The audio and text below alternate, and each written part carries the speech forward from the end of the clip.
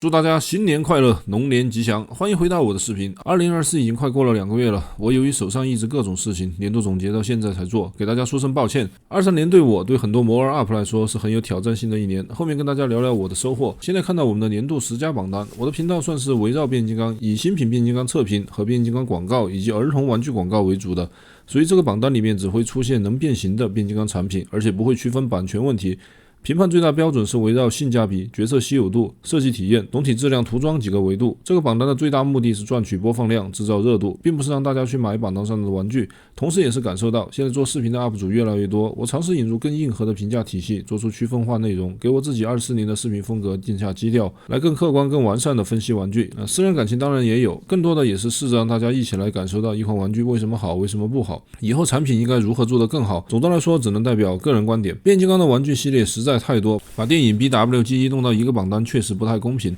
不过太多名单也很难填充，索性就直接排到一起吧。第10名 TA 狼蛛勇士，这款产品是目前 TA 做的最好的一款，还原度、涂装质量和把玩手感都有兼顾，在变形方面也做出了跟老挝的区分，也是去年 TA 产品中最受好评的一款。以后出来的新品必定会被拿去跟狼蛛比较。第9名 SS 星星队长 SS 外传威震天，变期的电影虽然没有引起轰动，但就像我说的，它带来了 BWG 的关注量，推出了很多围绕野兽的玩具，个人还是很满意了。这款新型双形态转换思路比较新颖，效果也很好，也是一代电影经典玩具了。而威震天由于国内控价问题，很多朋友没办法第一时间入手。这款产品可以说完全是设计师自由开发出来，所以有3变玩法和超级可动，还有非常帅的造型，本应该是完美产品。可惜场外因素让我也很难放开来吹捧，毕竟你说太好你就恰饭了，收钱了，同时也会导致太多玩家高价来买这款产品，实在是于心不忍。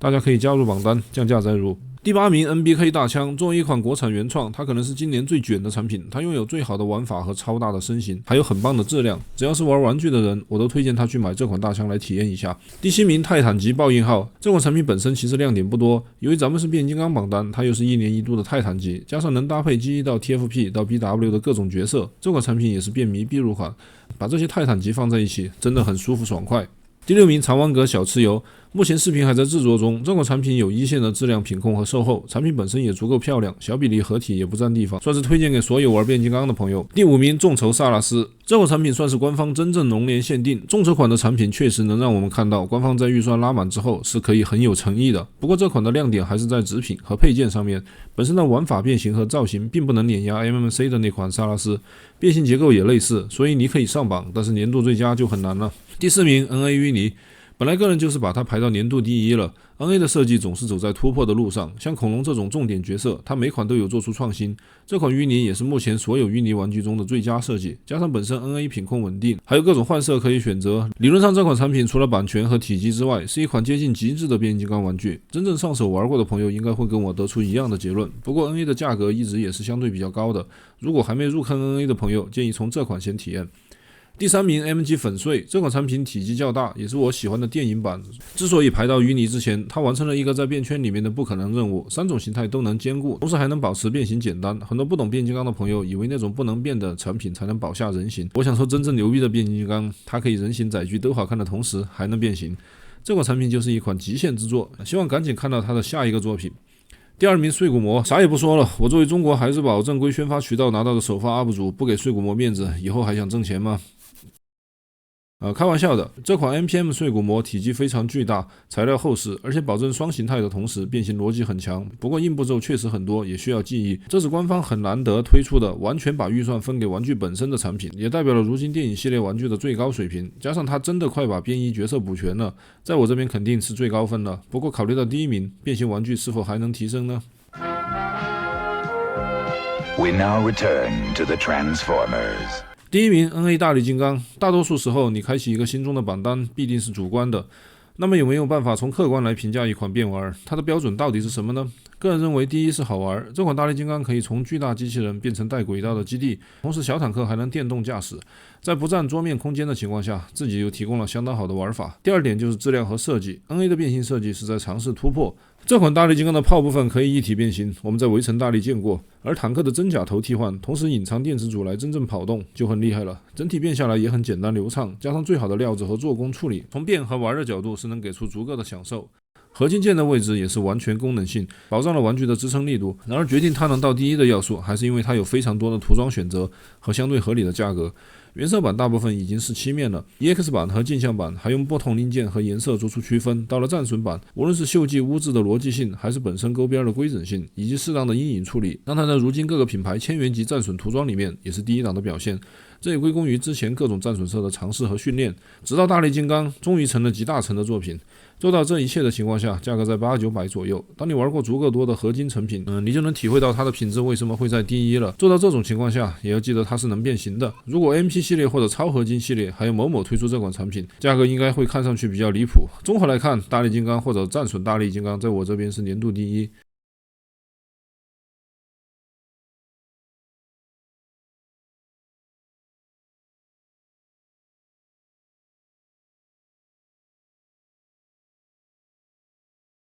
特别讲太去逍遥这款产品，由于不是变形金刚 IP 下的玩具，目前只推出一款的情况下，很难进行归类。抛出 IP 之外，作为一款飞机变形产品，它拥有行业最多的零件数量和坚实的品控以及涂装，在飞机形态下彻底解决了底盘收纳的问题，同时还兼顾人形超帅的外观。要知道这一切都是从零开始设计的，完全不像第三方，至少有个设定可以参考，这种制作难度可想而知。而它的变形也是业界最难易的，操作的步骤还要保持逻辑性跟合理性，光是看视频就有点烧脑了。能实现出这种玩具，也足以看到现在的纯国产玩具终于有了引领世界潮流的趋势，而它的定价也非常有国产气质。599带来了最高性价比，考虑到原创性和品质，喜欢变玩的朋友一定要关注这个系列，早预定才能拿到。目前第2款延级视频已出，记得关注哦。The Transformers will return after these messages. 我大概19年到20年开始过渡成为了全职视频博主。据我观察，在21到22期间，主打长视频的 UP 主已经很难涨粉了。我的频道更新频率越来越快，视频内容也变化比较多。即使在这种情况下，粉丝量也很难突破。当然，也可以说是变形金刚题材本身相对其他 IP 并不太火，好处就是深耕这种垂直 IP 之后，很容易做得比较突出。第二就是考虑网络大环境，没有选择视频里面露脸，在国内平台推送机制还是要以人格化为主的。不过我也能拍定格动画，让玩具活过来，也算一种互动吧。我后面应该也不会主打自己的人设的。第三就是我开的平台太多，大多数国内主播都是选择 B 站或者抖音进行深耕。我最早受营销号的影响，以为开了很多号就能很赚钱，所以基本上所有平台我都在做，特别国内国外同步进行，这就让我的内容必须尽量迎合每个平台观众，所以大家能看到我的内容很难来定义，有时候是测评，有时候是动画，一会儿横的，一会儿竖的，有时候没有解说，有时候话又特别多。总体来看也是为了适应现在竞争吧，让自己账号可以做的事情多起来。由于我自己一直很喜欢官方玩具，去年官方全部产品我基本都入手了，加上厂家也会送来很多新品，所以渐渐家里就没法落脚了。23年底就开始在忙搬家的事情，加上年底厂家和商家疯狂出货，之前一段时间我的休息都很不规律，直到现在也没有完全整理完毕，就先给大家分享一下我现在的收藏吧。外面的部分呢就是花园，然后我的所有玩具呢基本上都放在这个地下室里面。进来之后有个沙发可以坐着玩一下，平时到了新的玩具呢可以在上面玩。这里是一个柜子，放了一些杂物，现在还没收拾好。这边呢就放了一些手办带盒子的，偶尔拿出来看看。这是那个 DA95 那个下半身呢，马上上半身应该就要到了吧。然后这里就是我的仓库了，仓库里面呢我也还是分了类，其中这个孩之宝的盒子啊，很多 SS 的呢就全部给它压缩了，然后最新到的一些呢暂时还没有处理，就只有先放在这儿。然后一些52的这些盒子，还有一些国产的小玩具，这边呢放的杂一点，然后主要还是上面，反正官方那些盒子舍不得扔的，都放在上面看，目前还没有说太吃灰吧，有的还没拆呢。这个雾影暗障，红蜘蛛，这里面是震荡波。然后这边的话就放一些稍微好一点的盒子吧，中间有一层是放那个，这一层是放 FT 的，然后这里呢我把它清理出来呢，倒是放一些可能最近想拍的一些东西啊，官方的一些玩意儿。上面呢就是一些 MMC 的盒子，其他各种大的 MP 的盒子在这里。这是最近的到的那个滑车啊，这个东西我非常不推荐，大家如果说没买的朋友要小心一点，你只要不是 MP 的编号控啊，最好还是别去收了。然后上面的这些碎骨膜我记得我是有2盒的，有一个是拿在外面，这里面那个东西还在里面的。然后其他那些大盒子，有些好看的呢，反正后面还要整理，现在还没整理的最好。星战这一层的话，东西也不多吧，杂的放在一起。最近到的他把火车啊这些里面有一些官方的，这里面比较深，里面一些官方的那些老玩具的盒子呢，给它放在那里面要好一点。这下面还有一个库，里面放那些完全不用的。然后这边的话也是一些大盒子堆在上面，还是有点空间的。这里面就全部是基本上全部都是暗源的吧，暗源东西还是挺多的。然后这里都是啊，全部都是放满了的。好的，还没拍呢，过年期间可能要拍一点了。然后刚刚那个进来下面过来走呢，基本上就是我的主要的这个空间了。我们先看左边吧，左边这里呢，它有个这个玻璃柜儿，是以前这个房子里面它留下来的这种书柜。现在我的目标呢，就是里面把它到时候清理出来，填满那些漫画书。小时候还是很喜欢看漫画的。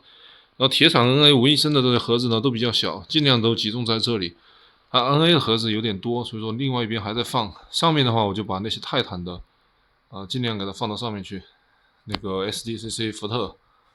是吧？这些都有，应该还有几个没拿出来吧。然后 C 级的这个擎天柱，因为是要用，所以说暂时还没放上去。最近那个配件包要到了，我还挺期待那个配件包的。其他的某些呢还在那个盒子里啊，还在整理。这一盒呢全部装的是机器恐龙，因为我本来以前想的是把机器恐龙全部都一起拍一下，然后这里面就装的那些精品。这个空的，这边就是我主要柜子的区域了，就主要的展示的柜子吧。你看顶上有个很大的那个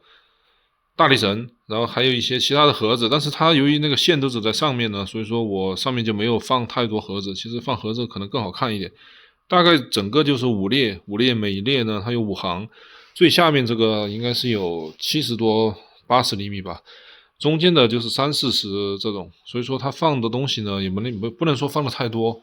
然后我看最上面这些有些恐龙啊，还有一些漫画的，这里主要是一些 MMC 的东西，中间还有那个。然后这一层的话就开始有一些电影的混杂了。下面这一层呢，我是本来想的呢，到时候后面呢，把其他的很多擎天柱呢都综合到这儿，把那些各种比例的吧，官方比例的那些擎天柱都往这里面放，看着合理一点。下面长玩阁的那个蚩尤啊，上次给它拆了，但是没给装回去。然后这边的话，下面也是大的吧。然后这一层呢，就放一些电影系啊，还有最近比较喜欢的这种 MPM 比例的产品，还有 DLX 的。这一层的话，好像基本上是正版吧，这一层应该基本是正版。我很想把变式的那些多放一点，那变式的有些我也收起来了。上面就是 MPM 呢，还有那个 MM01的。你看 MPM 的一些东西也没整理好，这一层有点乱，有个大天火在后面。这一层就放那些恐龙啊，那大个子的，但是上面层数不算太高。这里呢，这一层是基本上没怎么整理过的，随机把一些官方的东西放在里面的。这一层基本上我是用来放这个变漆的产品呢，我还是挺喜欢的，各种各样的都有，但是没有完全放在这儿啊，还没集齐。这一层呢，就是官方新的一些 BW 的产品，包括 MP 啊，还有王国呀。然后 BWVS 前面也看到了，还在那个盒子里面，到时候整理好了把那个 BWVS 放过来。这是 BW2 和 BWN 的，还有 MP 的白狮好像也放在这儿吧。有些背后打印的那些零件呢，是很多东西有时候缺件的老玩具，我就会有时候打印一点，应该是翻模的，翻一点。这下面就几个泰坦放这个泰坦。唯一就是官方的那个围城大力金刚，我忘了在哪儿了，空了把它拿出来吧。这层也是 BW 为主，反正中间这4格呢专门留给 BW， 但是我现在觉得好像不够但是再压缩其他的，比如说电影的也占了好多呢，压缩其他的不好压了。先姑且放在这儿吧，其他地方也有收纳的，有些是 TA 的，有些是官方自己的。你看狂飙其实是有2个，另外一个在哪儿？大家看得到吗？然后这里的话也是一些 BW 的，反正各种穿插吧都有。上面就是官方经典比例的，其实一直是我的最爱啊，而且是官方那种动画线啊，什么 G1 啊，或者说是后面动画线的那种经典的。其中这一层呢，我放了2个刹车，一个日版一个美版，我都挺喜欢刹车的。这一层就开始放这些 MP 比例的，擎天柱当然在中间啊，还有那个 Uri Park 的，然后包括那个机器恐龙的，机器恐龙就没有分 MP 或者不 MP 了。然后这上面呢就是那个有些是 FT 的，有些是插色的吧，还有 BC 的，那昆虫也有。这层就是放一点儿，其实我大亚克龙不多啊，你看，好像我的大亚克龙除了盒子里面的都在这儿啊，其他那些都放在盒子里。这里几个小柱子呢是拿来随时可以用的，然后这几个大的放在后面。这一层就是合体金刚多一点，但是还没有全部。合体金刚到时候我看吧，尽量把这些28比例的都放在这一个。看着虽然拥挤啊，但是这么看呢也挺有意思，是吧？还有一些这个大力金刚。这个呢就是2个猛大帅了，一个 C 版一个原版，那肯定是 IDW 好得多呀。然后呢这个也是泰坦了，右边的这个冲云霄啊也是官方的泰坦级冲云霄，但是看起来这个身高其实还挺缩水的，但是这个大小呢还把玩还没啥问题的。泰坦大力神这俩是一对儿。反正总的来说吧，这个空间的话还是有个5-6米吧，这里的空间还是要占用5-6米的。本来我应该把这边沙发也给做了，当时就想的没那么多吧，结果放完之后呢，这里也就放点主要的，自己看看，拍视频呢看着好看一点，是吧？但是你大头要收纳的话呢，还得拿那种塑料箱的。我们走过来看吧。我看这边呢就稍微杂乱一点了，这边就是我的拍摄区域了。拍摄区域这个桌子其实还是很大呀，这个横宽的话应该是在1.8米，然后整个拉长的后面，你看，这所以说我有2套背景，一套纯色的就这么拉着，1米都应该都是1.8米吧，2个桌子我定制了一个桌子